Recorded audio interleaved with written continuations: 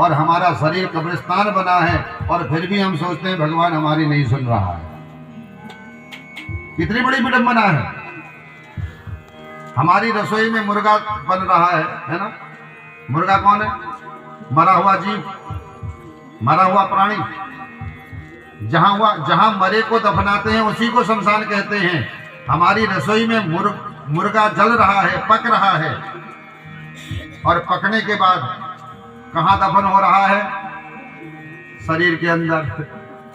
तो रसोई तो शमशान बना रखी है और शरीर को कब्रिस्तान बना रखा है, और फिर कहते हैं भगवान हमारी नहीं सुनता है।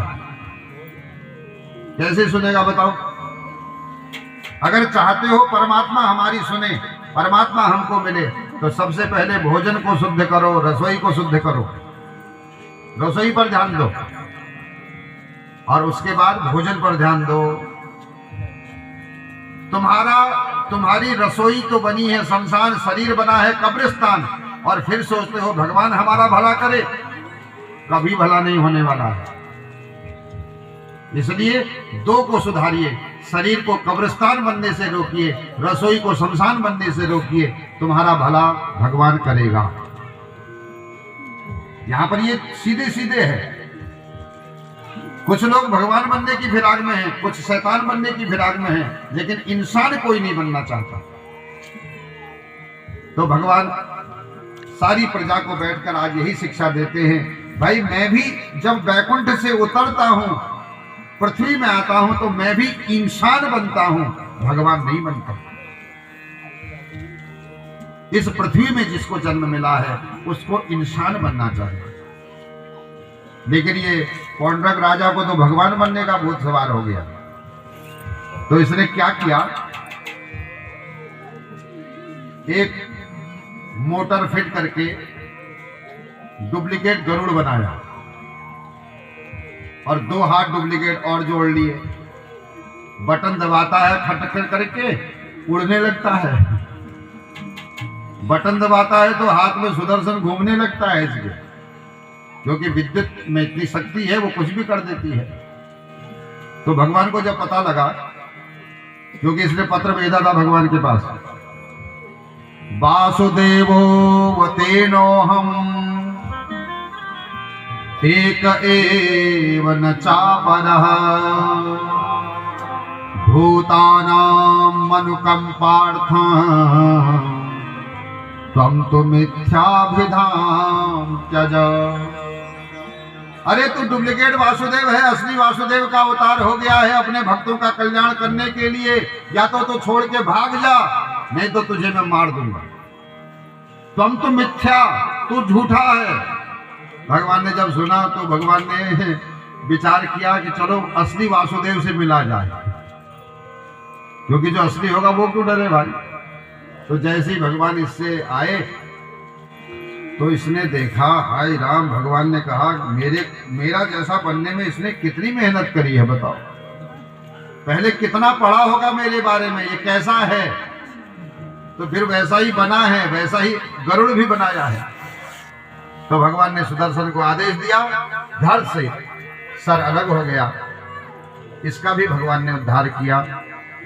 अच्छा, काशीराज इसका मित्र था। काशीराज काशी में गया, तांत्रिकों को बुलाया, भगवान के लिए भी तंत्र विद्या कर डाला। तो सारी द्वारिका को तंत्र विद्या ने घेर लिया, लेकिन द्वारिका की सुरक्षा में सुदर्शन जी महाराज हैं, इसलिए अंदर प्रवेश नहीं कर पाया तंत्र। अब थोड़ा कथा को ध्यान से सुनना। ये तंत्र विद्या करने वाले लोग भगवान के लिए भी कर देते हैं, तो तुमको और हम कैसे बचेंगे इनसे। लेकिन तंत्र और मंत्र से घबराने की आवश्यकता नहीं है। तंत्र और मंत्र से बचने का एक साधन है, क्या? सुदर्शन। सुदर्शन का मतलब अच्छा देखो, अच्छा सुनो, अच्छा विचार करो, ये तंत्र अपने आप समाप्त हो जाएगा। एक बात बताएं, जो लोग अच्छा सोचते हैं, अच्छा देखते हैं, अच्छा सुनते हैं, उनको तंत्र विद्या प्रभावित नहीं कर पाती। नजर किसको लगती है पता है? किसको लगती है? जो कहता है बिल्कुल नजर लग गया, नजर लग गया, नजर लग गया, तीसरे दिनों को नजर लग गई। और जो सोचेगा ही नहीं नजर लग गई, वो उसको कभी नजर नहीं लगती। हमारे अंदर जब नेगेटिविटी प्रवेश करती है तो सबसे पहले हमारे अंदर घर कहती है मेरे को ये लग गया, मेरे को ये लग गया, मेरे को ये लग गया, तो उसको वो लग ही जाता है।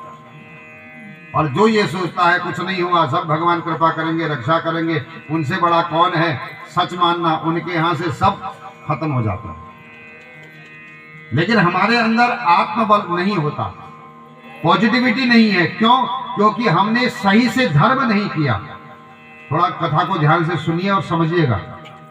जो लोग धर्म को धर्म के तरीके से करते हैं, पॉजिटिविटी उन्हीं के अंदर आती है, अच्छी सोच। और अच्छी सोच अगर लाना है तो धर्म करना पड़ेगा।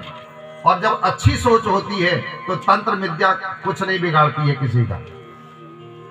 तो सारी द्वारिका में क्या है? सुदर्शन है, सुंदर दर्शन, यानी कि सब के सब द्वारिकावासी मात्र भगवान का दर्शन करते हैं। इसलिए वो जो तंत्र विद्या थी वह द्वारिका में प्रवेश नहीं कर पाती है और घूमती रही ऊपर ही ऊपर।